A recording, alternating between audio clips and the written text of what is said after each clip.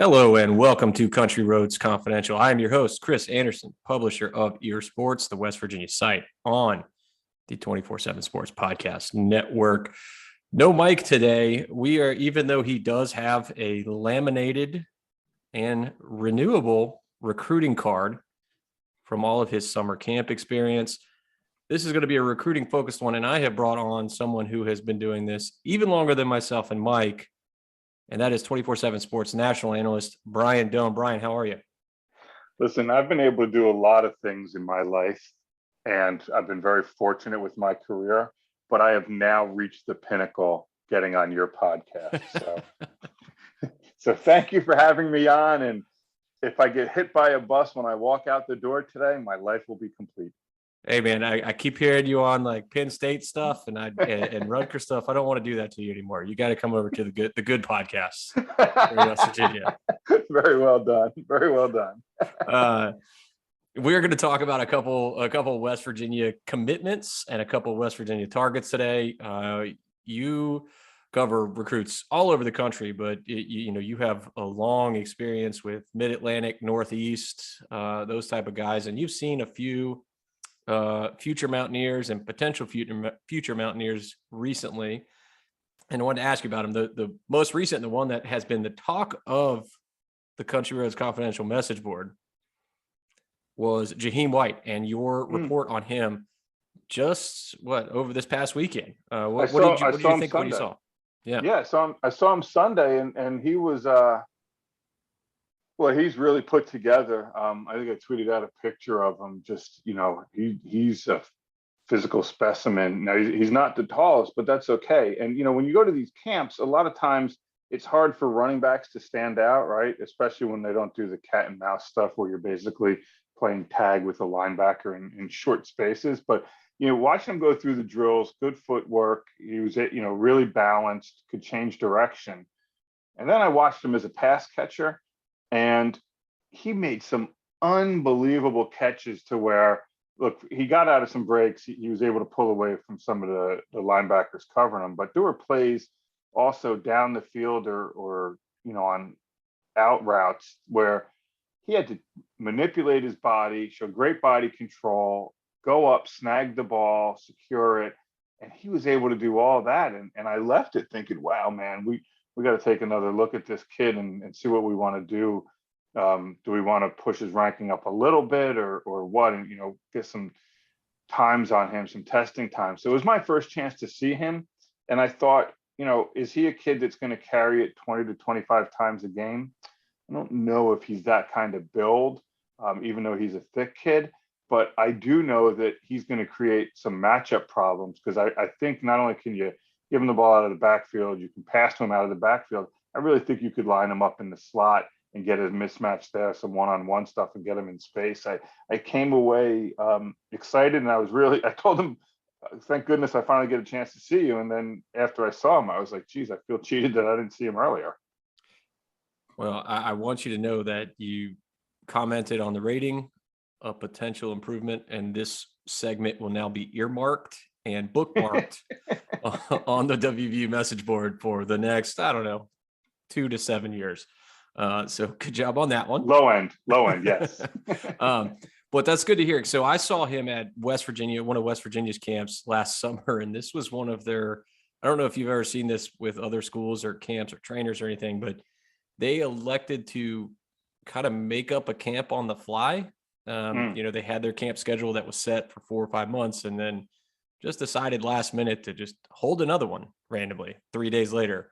And he was there. And unfortunately, when you do one of those last minute ones, there's not many other people there. So there was maybe 40 to 50 kids there, all indoors, really limited on reps and one-on-ones. And like you said, it's not a great place for running backs to really shine. But really the only thing that stood out to me was how much attention West Virginia gave him. And as you noted, his build. He looked like he had just thick legs, a nice lower body build. But a little 5'9", I think is what we got listed. And I think that's pretty accurate.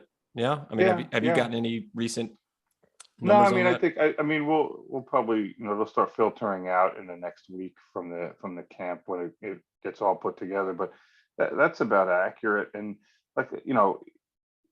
I'm sure you saw it too, Chris. He just moved really well, and he doesn't have a long way to go in terms of having to really build up strength to handle the college game and getting hit. I think he's pretty solid in that. But when you see him and he's that built, right? And I don't want to make it sound like he's muscle bound, because he's really fluid and he really can move well. And to watch him catch the ball down the field, I get that you're in shorts and a t-shirt and you're always thinking of that. But, there's a lot of other running backs there too, and none of them are doing the things he's doing. I mean, London Montgomery had a good day too, but and he was right there with Jaheem White as far as one of the top 5 offensive performers. But Jaheem White just, when you're sitting there going, oh man, another one, it kind of stands out to you. Well, let's go right across state lines, or maybe kind of, sort of now across state lines, or no, I was thinking actually let's stick with Pennsylvania. I was going to go to James Hurd, but we'll get to him in a minute. Let's go with Josiah Trotter. You're going to confuse people, because half of the people on here aren't going to realize that James transferred to a Jersey school. But go ahead. Hey, it's been the conversation on our board, but we'll get to that in a minute. But not to mention just Josiah. They're both South Jersey guys who just happen to go to school in PA. But go ahead. Good. Let's make it as confusing as possible. But we'll focus on just Trotter. What you want with recruiting coverage. Absolutely. Instead of straight to the point, let's confuse everybody even more. Why not? Trotter committed to West Virginia last month. NFL legacy. His father played in the NFL for a long time for the Eagles and I believe a couple other teams. But what is West Virginia getting in him? Because I think he had a different top 4. Speaking of confusing, he had a top 4 that wasn't West Virginia, and then added him later. And so, can you recap what happened there and what West Virginia's getting? Yeah, it's funny because Josiah's brother Jeremiah Jr. plays at Clemson, and you could not get 2 different kids when it came to how recruiting was handled. Jeremiah, I remember I spoke with him right after a game. I said, "You got any visits coming up?" "Nope, nothing." And the next day he showed up at Clemson and committed. Okay, and so then you had Josiah, who knew how to get his name out and wanted to get his name out. So he put out a top 4 last summer after a visit to South Carolina. I think it was South Carolina, Penn State, Ohio State, and Clemson was the other one, I believe.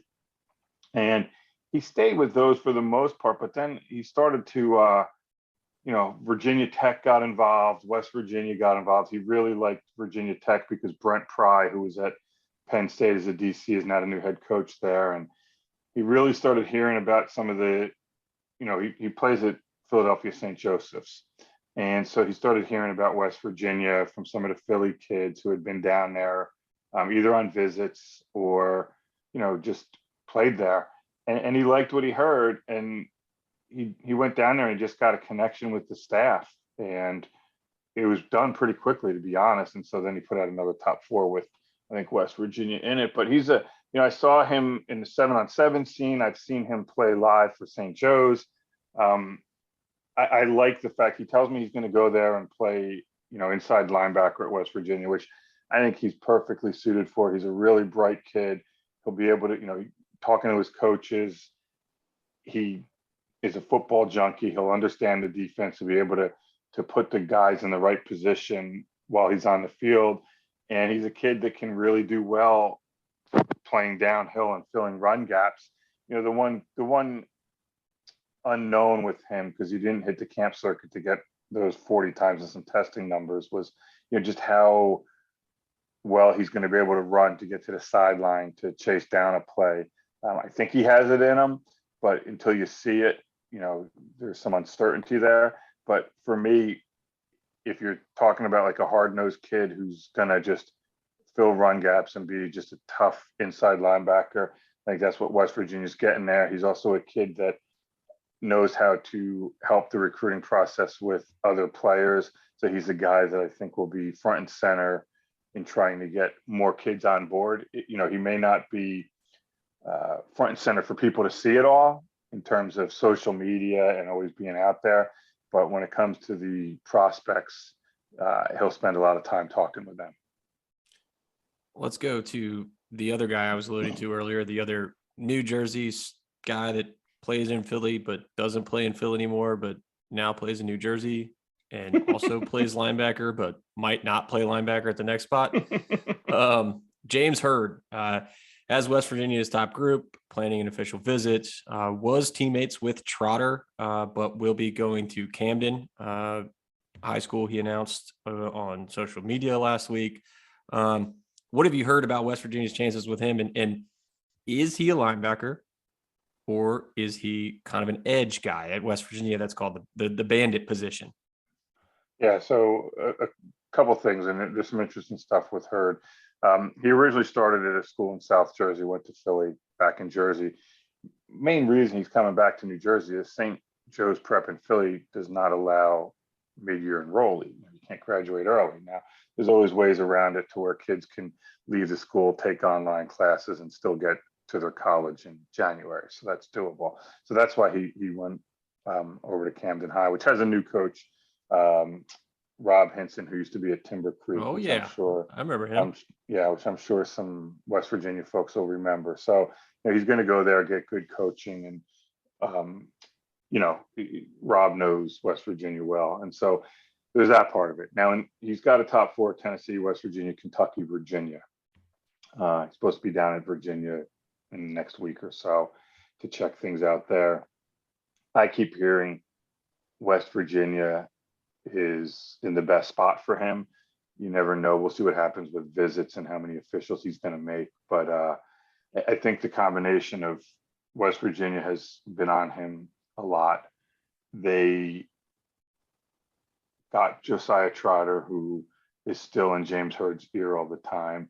Hurd is comfortable at West Virginia. So I think from that situation, I'm not ready to put a pick in yet because I know people are going to ask that. But I think it's trending that way. We'll see. And I'm sure people will ask me, when are you putting it in? When are you putting it? It'll go in when it goes in. I'm not going to say, I'm going to put in a pick and then hold it for a week. As soon as I'm ready, it'll go in. So we handle that aspect of it. As a player, I've seen him on the camp circuit a bunch. I've seen him play for his team live. And he would always work out as a defensive end at these camps I went to. And it was interesting because he's 6'2", 210, and he's got the build of a linebacker.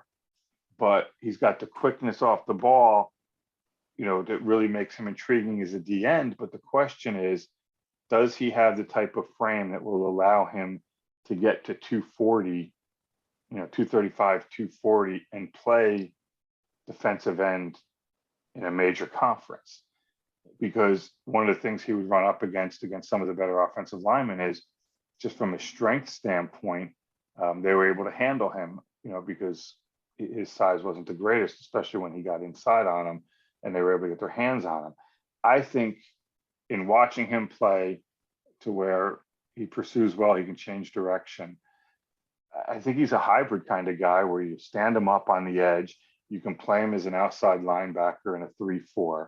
If you want to play a 4-3 and bring him off the edge, you can stand him up and do that. I think that's who he is. And I think once he gets into a defense to where this is what it's going to be and he can develop his body to fit how he's going to be used, then I think he'll have a chance to really accelerate in his development. Moving back into Pennsylvania, definitively in Pennsylvania, Dallastown area wide receiver Kenny Johnson, somebody that West Virginia has pretty high on their board at the position, has already been to campus at least once, planning a return for an official visit during the summer. What you saw him recently? Did you see him at camp recently? I saw him at a 7-on-7 in New Jersey. I want to say in March. Okay. And what, because it all, how it is, man, it all runs together. Yeah. Well, amongst your thousands of prospects and dozens of stops, did Kenny Johnson stick out to you? What did you see from him? Yeah, he did. I mean, I thought he ran good routes. He had good size, looked to have good ball skills. in the event that I was at. It was not the highest level event, but at the end of the day, he was still able to separate, get open constantly, whether it was across the middle, down the field, look to get out of his breaks well. And I think he had a good frame, and he reminded me of, and I hope West Virginia fans remember this, he reminded me a lot of watching DeKeel Shorts as a high school kid. Oh yeah. And I always liked DeKeel. I thought he was a really good player. I think he had a good career at West Virginia. He sure did. Right. Very, very good. I think one of the best like third down receivers in West Virginia history. Yeah, good for him, because again, good kid, good family. And so, for Kenny Johnson, I don't think he's a guy that's going to sit there and, have your eyes pop out because of, measurables and testing times. But I think he's a really good receiver. I mean, we have him as an 87, which I think, people tend to forget that that's still a really good grade. So yeah, I think a lot of those things kind of stood out to me, just in terms of just being an all-around good player. Yeah, and right now, based off what I'm looking at here on our site, 4 official visits set: Pittsburgh first, then West Virginia, and then Rutgers, and then Penn State. Yes.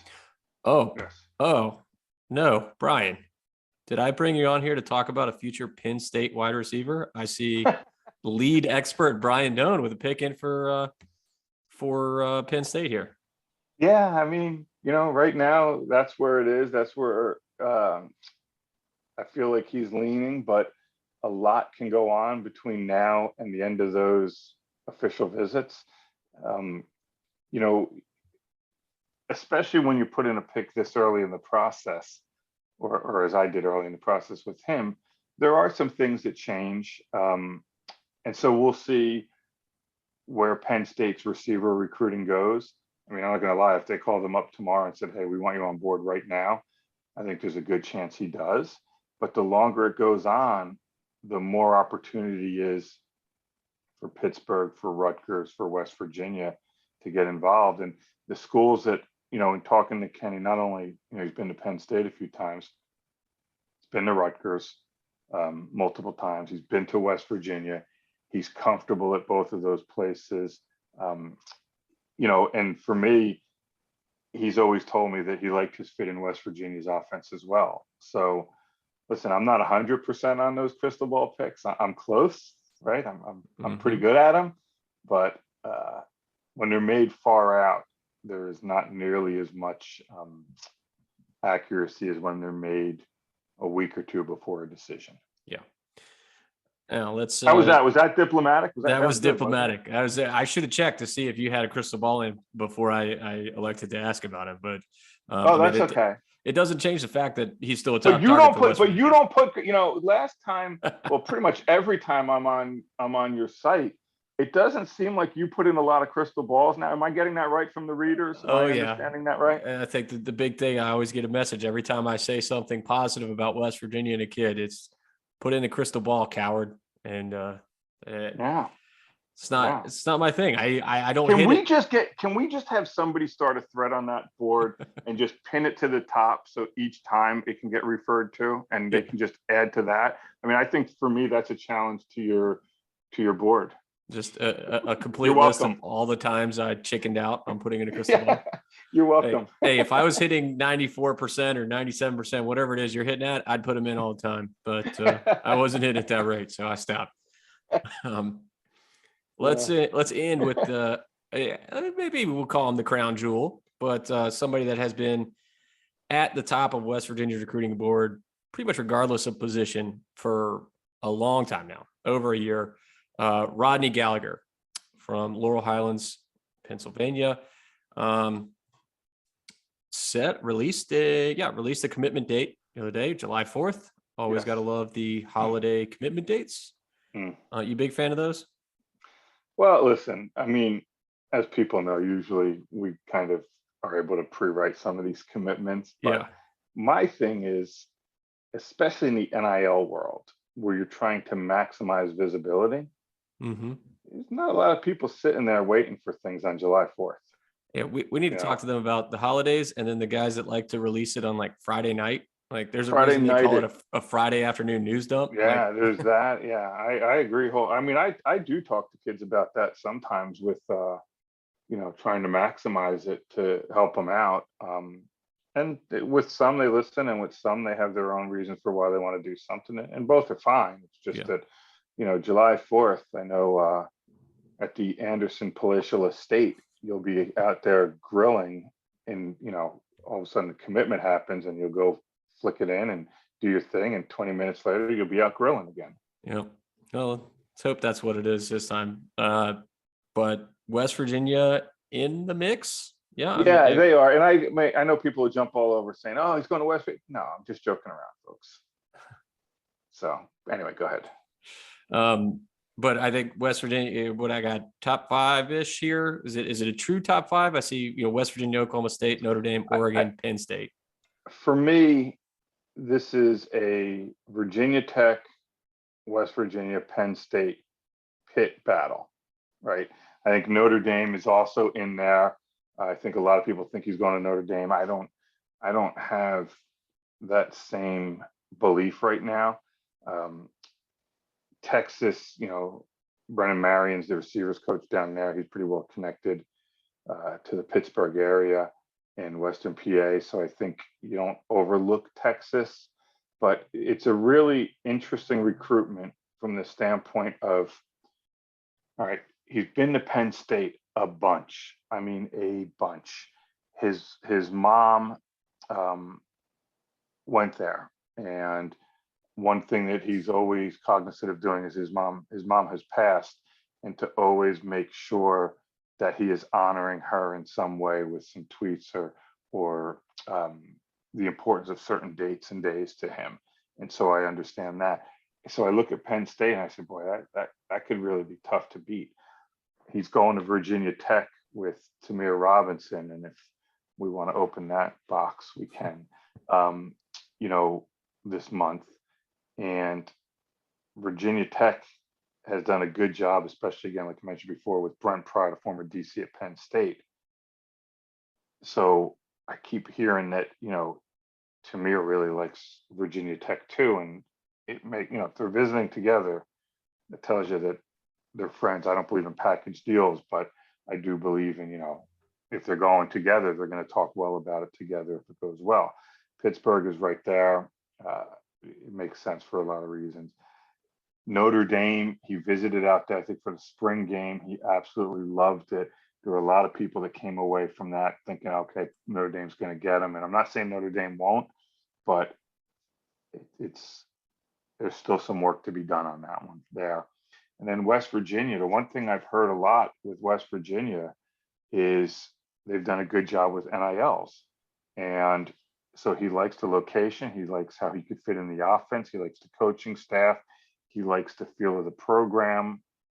And, we'll see what happens with NILs with this latest NCAA thing in terms of them trying to get a little bit of a grasp on it, which of course they will not, but that's even another topic. But I think West Virginia is right there in it. I don't think West Virginia is a dark horse. I don't think they have a puncher's chance.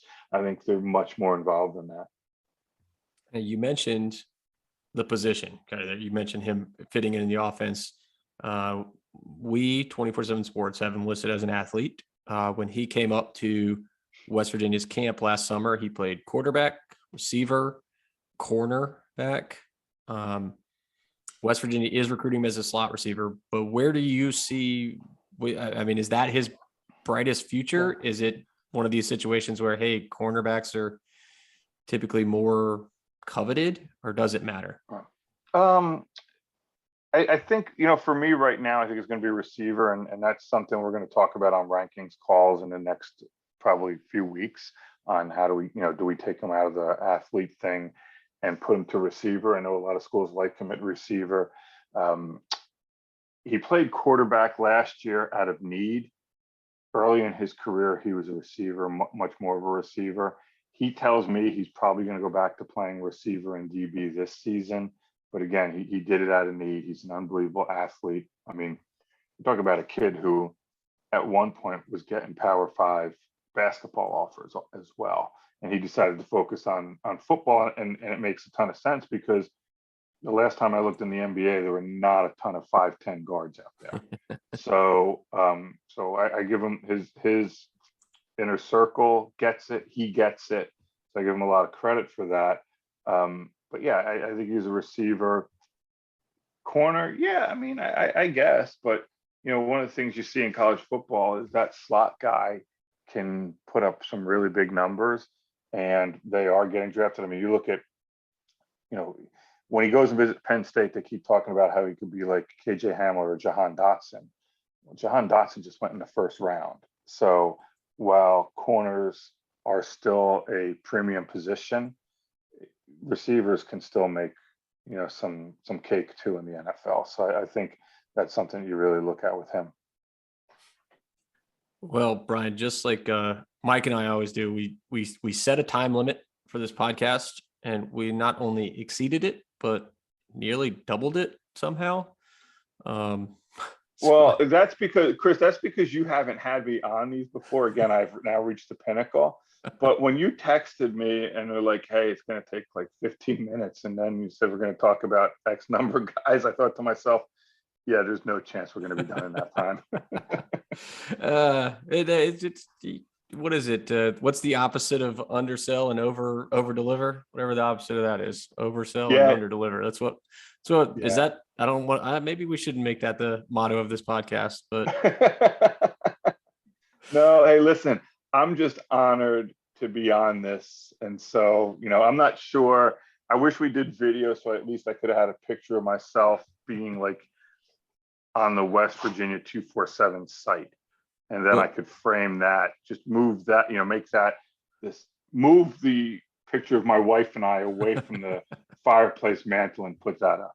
There you go. Well, you know what? I'll send you a banner, an Ear Sports banner, and you can put it behind you when you go on other podcasts.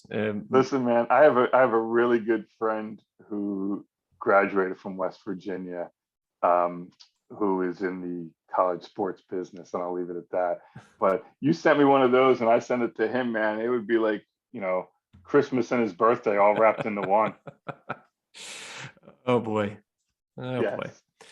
All right. Well, we're going to wrap it up right now. Brian, hope to have you on again sometime in the future. Maybe if one of these guys we were talking about does end up committing to West Virginia, maybe when you put in a crystal ball, coward, and we'll have you back on. Does that sound all right? Oh, well done. Yeah, that sounds good. All right. Well, until next time, thanks for listening to Country Roads Confidential. I'll be back with Mike later in the week. And that's all for today.